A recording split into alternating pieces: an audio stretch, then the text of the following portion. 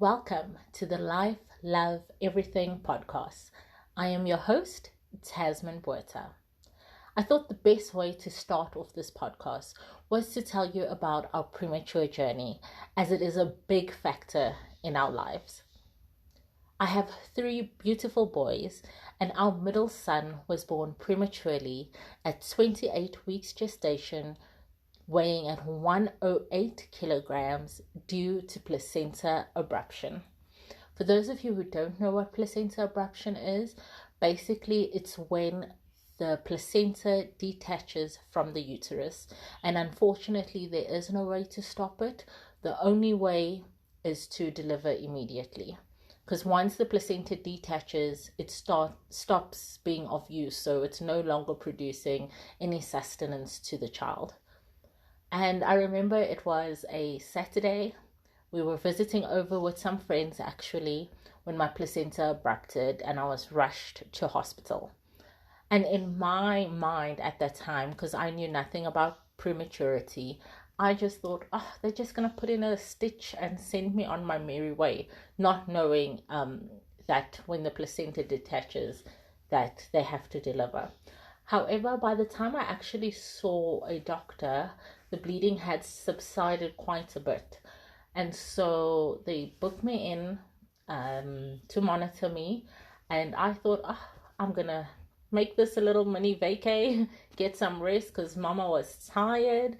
And, go home and we carry on. And I was doing well by the following day. That evening when the doctors did their rounds, they told me that, if everything is still looking good, tomorrow we'll send you home. So, I was at peace, enjoying myself, relaxing, getting as much sleep as you possibly can when you are in hospital, reading my little book, And at about 4:30 a.m. the next morning, I was woken up by a gush and my placenta abrupted for the second time. And I'm telling you, I was being prepped for emergency C-section, and I had barely any time to pick up the phone to call my husband to let him know that they were taking the baby out. And off I was rushed to the operating room. I was put under, so I didn't see my baby being born. And I remember when I woke up, first thing I asked was, is my baby alive? And the nurse told me that you had a baby boy and he came out screaming, which apparently is a very good sign. And so the roller coaster journey began. And I remember eventually when I thought of it, I asked them to please find my husband and let him know, that everything was okay, not knowing that he was on the outside running up and down the hospital trying to locate us. And when they did find him, they told him about the baby, how the baby was doing, where the baby was, but they didn't tell him how I was doing and how I was. And so my husband was just thinking the worst. And I stayed in recovery for a very long time actually before they took me up to the wards. And so I spent 9 hours before I was able to actually see my baby. And I was absolutely not prepared for what a premature baby looks like. One of the last things to develop in utero is fat. And so a premature baby is literally just skin and bones. And my husband had sent me a picture and the baby was wrapped up in a blanket, so I couldn't actually see what he looked like. And so when I actually laid eyes on him for the first time, my breath was taken away because he was quite literally just skin and bone. And in fact, there were more tubes and wires and nappy than there was actual baby. And by the time I got to see him, he was already on a ventilator. So initially when he was born, he was just put on the nasal cannula or nasal prongs. But, somewhere along the line, things took a turn. And so by the time I saw him, he was on a vent. And me just seeing that, and knowing what a ventilator is, I just thought there's just no way a baby this small will ever be able to make it. And so in my mind, I started preparing myself for the worst. And I tried very hard not to get attached. I couldn't even see my baby by myself for that first week. I remember there was one instance where I was expressing milk. I was still in hospital, and I went down, it must have been about 2 a.m. in the morning, to go and deliver the milk to the ICU. And the nurse asked me, do you want to come in and see the baby? And I was like, absolutely not. And just bawled my eyes out, turned around, went back to the ward. And I remember just crying, literally, for all those days that I was in hospital, crying all the time, because I couldn't wrap my head around how would he survive? He is so tiny. And had it not been for my husband's unwavering faith and unwavering belief and support, I don't think I would have made it. I know that after I got discharged, my husband was supposed to go back to work, and I couldn't fathom going to the hospital on my own and seeing this fragile baby by myself. I even begged and pleaded with him to please take extra days off, just so that he could be with us. And after a week, the baby came off of the vent. And for me, that was sort of a turning point. I was like, okay, he's fighting. The least I can do is fight beside him. But I'm not going to lie, I was very, very, very angry with God. So something that some of you may not know about me is I'm a big, big believer in Christ.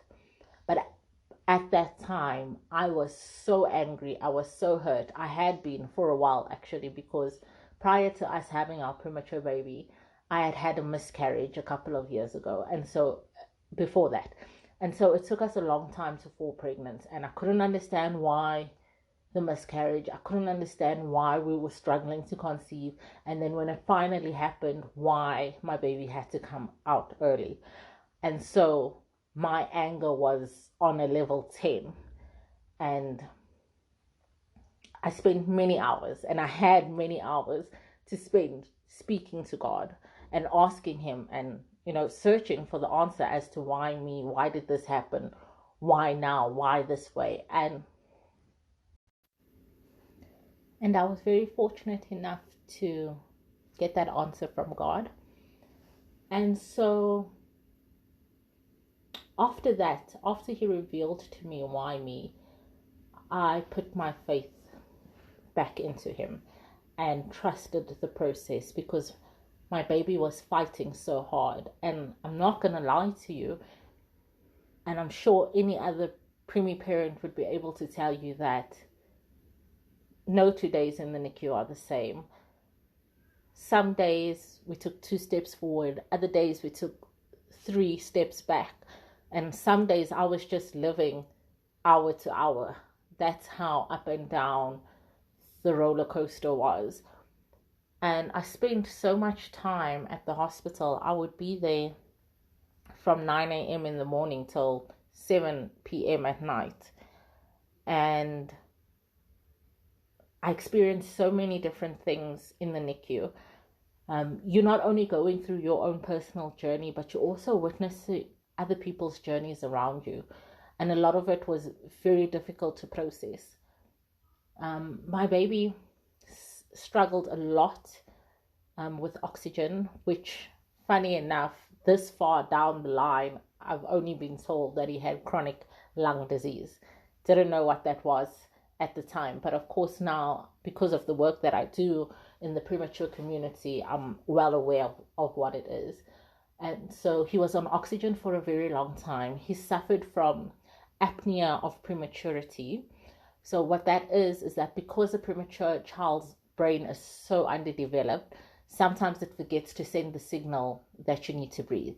So at one point in time, my sole purpose was to sit there next to his incubator and watch to see if his chest is rising and falling, and keep my eyes on the monitor to check the stats. And if he did stop breathing, to wake him up to remind him that he needs to breathe. And I actually became quite the pro at that. But there was one time whereby it so happened that he stopped breathing and I froze. And this was weeks into the journey and I froze. I couldn't move. I've been doing this for many, many days, many, many weeks, and I just froze in that moment. But luckily, I came to my senses fast enough. But by then, his stats had dropped into the single digits, and they had to bag him. And yeah, that was one of the most scariest times. And then also, he suffered from a grade 1 IVH, which is a brain bleed, and on the scale of brain bleeds, it was the least severe. And at that time, I was assured that there wouldn't be any long-term effects. And even though in my mind at that time, I remember thinking, how is it possible that something can affect your brain, like having a brain bleed, and not have any long-term consequences? But I trusted what I was being told. He also had what they call a PDA. And I'm not going to give the full medical terminologies because I don't want to make a mistake by giving the wrong name. But what that is that when we are born, there's an artery in your heart that is open. But when you're born, it should close. And in his case, it didn't. And so he received a few doses of medication to help close that artery. But by the time we were discharged, 54 days later, it still hadn't closed. But we were very fortunate that by the time we went back for our first follow-up appointment, it did close. And I was so grateful because I was dreading having to have open heart surgery. So in the hospital that we were in, there's kind of like a 3-phase system. It's the ICU, it's the premature unit, and it's the kangaroo mother care unit. We spent majority of our time in the ICU. And once we transitioned to the premature unit, looking back now, it seemed like time all of a sudden started going really fast, because then he started meeting his milestones or requirements, like because he was on oxygen so much. One day when I walked in, I got there and he was no longer on oxygen, and I couldn't believe it. Like, is this like real? And another day I came in and he was now able to wear clothes. Another day I came in and he was put into the breastfeeding room, and breastfeeding was also another journey for us. I just assumed that premature babies could direct breastfeed. They can't, because learning to breastfeed is actually a skill, and there are certain things that need to be developed in order for you to be able to breastfeed. And so obviously in the beginning of our journey, I had to express milk for my baby. And I remember it was such a must for me personally, because I knew the benefits of breastfeeding, not as much as I know now back then, but I knew that breast milk was the best for babies. And I figured that something that was the only way that I could contribute to his health, contribute to his growth, contribute to being part of his medical team. I went into overdrive. I'm that kind of person, like it's all or nothing, But even that was, it was a struggle at times. I mean, having to wake up every 3 hours to express, or should I say expressing every 3 hours around the clock, was very draining. At times I was very scared that I wouldn't have enough milk, because in the beginning it's fairly easy in the sense that baby doesn't drink that much because their stomachs are so little. And I know when he started having milk, my milk hadn't come in yet, and they had asked me, would I be willing to take donor milk? And I was immediately, yes, please. I was so grateful that some mommy somewhere took the time out of her life to express milk to give to somebody that she didn't know. For me, that is just one of the greatest acts of love, of kindness, for a mom to do that. And, I wish I knew who the donor was to have said thank you, but I was in awe that somebody would do that. It was like giving my child the gift of life. But immediately after that, as soon as I signed the forms for him to receive donor milk, I got onto that phone and I called my husband and I'm like, you better bring me a breast pump right now, which he did. And so that journey began. And I was so fortunate enough that I was able to express for him. And one day, because he wasn't able to actually feed directly from me, but we would practice. When he got to a certain weight, I would put him onto the breast just so that he could learn, how to, because preemies need to learn to breathe, suck, and swallow in order to breastfeed directly. And so we would practice because they get tired very easily as well. And one day I just put him on like I did every day, and he just latched, and we never ever looked back again. And I was so grateful that I didn't have to express as much anymore. I still had to, because I had to give him his supplements. But yeah, our breastfeeding journey began and we never looked back. And we got to a point whereby we were now ready to go into the kangaroo mother care ward. And for those of you who don't know what kangaroo mother care is, it's placing the baby directly on the parent's chest, can be mother or father, skin to skin, for a 24-hour period. So basically, when you get checked into the kangaroo mother care ward, your baby is on you all the time. The only time your baby is not on you is when you're either feeding them, changing them, or you eating or bathing. Other than that, they are with you on your chest, skin to skin, around the clock. And we only spent a very short amount of time because we were just short a couple of grams for us to be discharged. So we were in the kangaroo mother care unit for 2 days only. But let me tell you, that 2 days gave me that extra boost of confidence that I needed in order to be secure enough to take my baby home and to be able to look after him confidently. And I'm so grateful for that time that I got to be in there. And the funny thing is that we ended up being discharged a day earlier than expected, which was a great surprise for my elder son. And it was very hard, spending 54 days at hospital with my premature baby, knowing that I had another kid at home.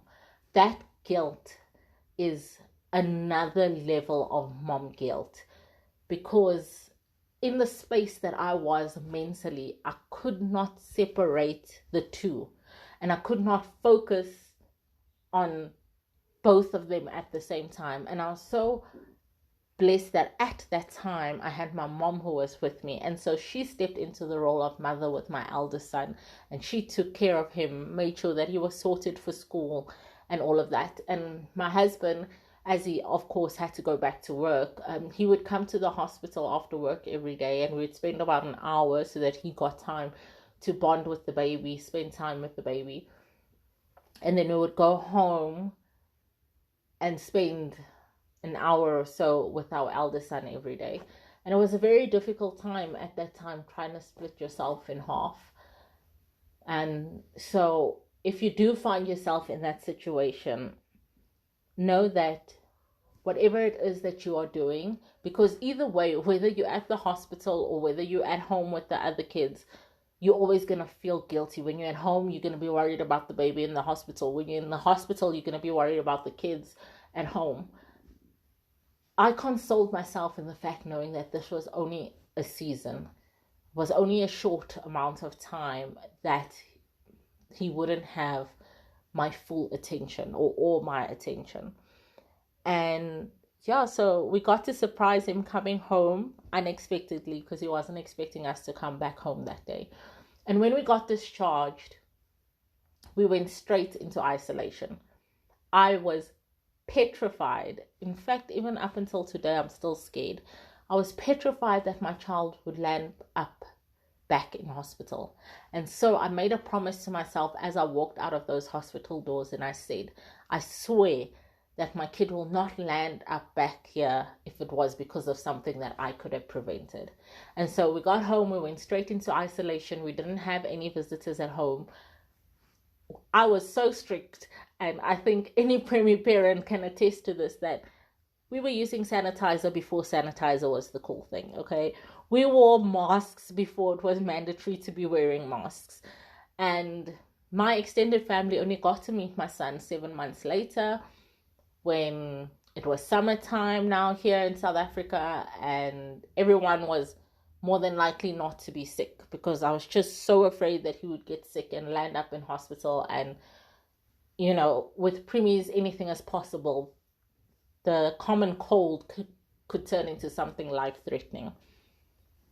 But as we were going through this journey while in hospital, of course, there were other parents around, and I decided to form a WhatsApp group once we were discharged with some of the other mommies that I had come into contact with, and who we would talk together and, you know, ask questions and stuff like that. And so I formed this WhatsApp group for us to give support to each other. But as the babies grew and got stronger, so some of the mommies fell to the wayside.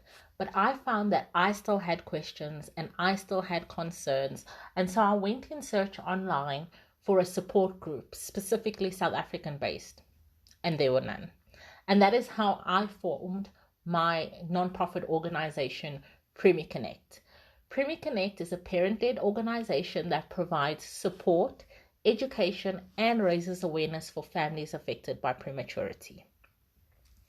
When we left the hospital, I didn't realize that once we left, we would be returning many times after that, because preemie babies need continuous follow-up care.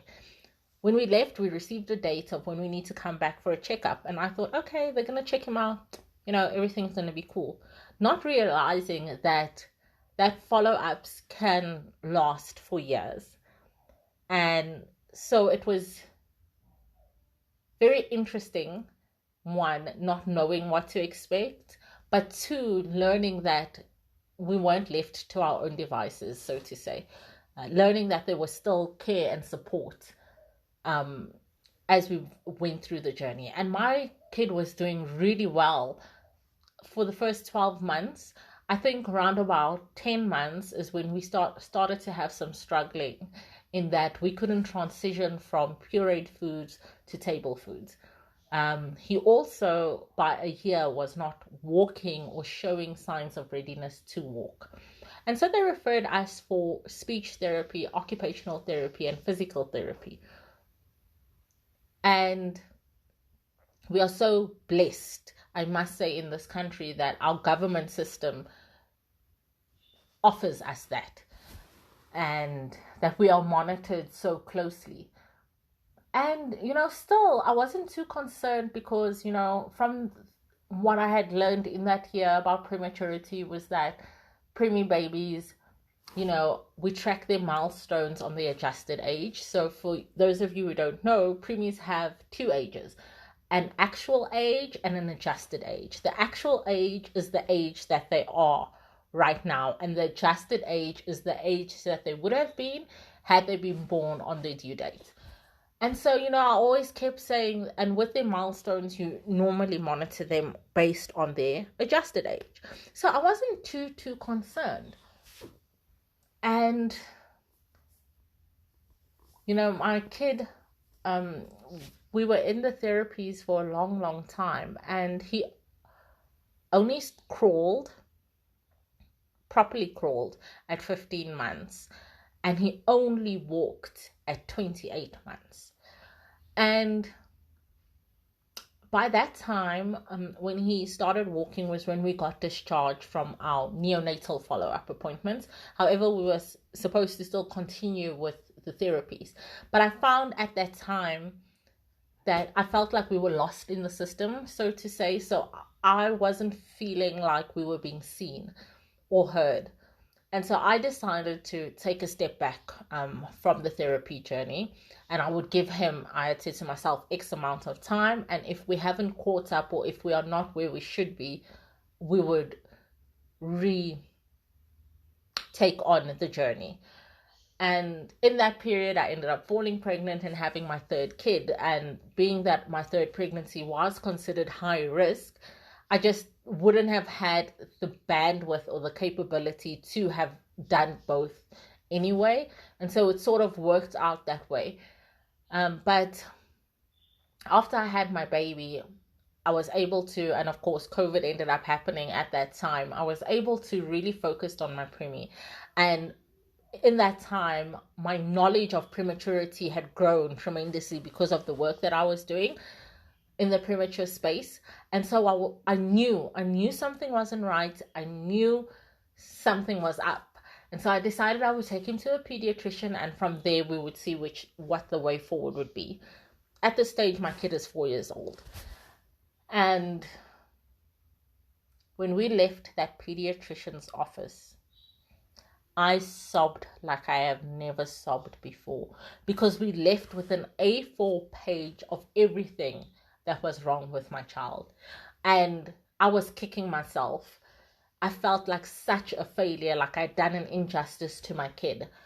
But I'm so lucky that our team that we had, our neonatal team, was so amazing that I was able to go back, because the pediatrician referred us back to the hospital, and that is when he started doing developmental follow-ups. We were referred back to physio, OT, speech. And with that came our diagnosis, which I had been suspecting. But sometimes as parents, we also tend to put our heads in the sand. My kid was then diagnosed with mild hypertonic cerebral palsy. And I did suspect that he had cerebral palsy. There were little things. And because I have come in contact with people with cerebral palsy, I had some knowledge on it. So I wasn't surprised, but I was surprised, if that makes sense. But I was glad that we had a diagnosis. We knew what it was, and now we could make a game plan. Now we could work on the things that needed to be worked on. And since then, it's only been upward. I can't lie. Till today, he still amazes me at what he accomplishes, what he can do. So in our case, the kind of CP that he has is weak muscles, which was quite evident. And now in hindsight, makes sense why he struggled to crawl, why he struggled to walk. But we've been working, with our therapists, and he has made so many strides. Like, you would be amazed at where we started to where we are today. And it's something that I've learned, and something that I tell my parents all the time in the support group that we run, that as preemie parents, we can never take our eyes off of the fact that our kids were born prematurely. I know that medically they say that premature babies catch up by 2 years of age. But my experience, and the experience of many other parents that I have seen, is that is just not true in most cases. The fact of the matter is that you cannot recover from being born premature. You were born premature. That is it. Point blank, period. There is no recovering from that. All we can do is monitor, get early intervention. And I've even found that even though your baby might not have had issues in their infancies, when kids get to the school age is when we start picking up issues like, learning disabilities, etc. And nobody ever thinks back to the fact that, hey, but this kid was born prematurely. They're not tying the things together. And part of what are we doing in the organization is for the first time, I came across something that made complete sense to me when somebody said that prematurity is a chronic condition and it should be treated as such. And I was like, absolutely yes.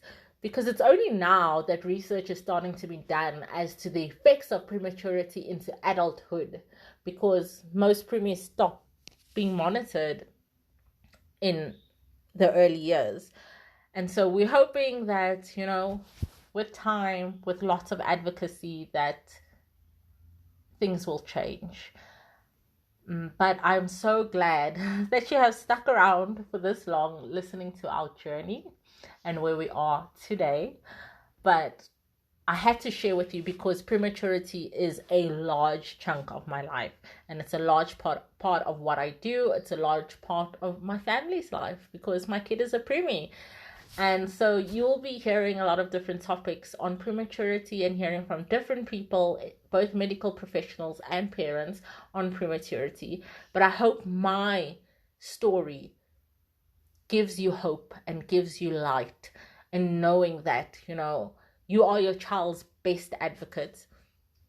No one knows your kid like you do. Nobody. Trust that parental instinct that you have when it comes to your preemie.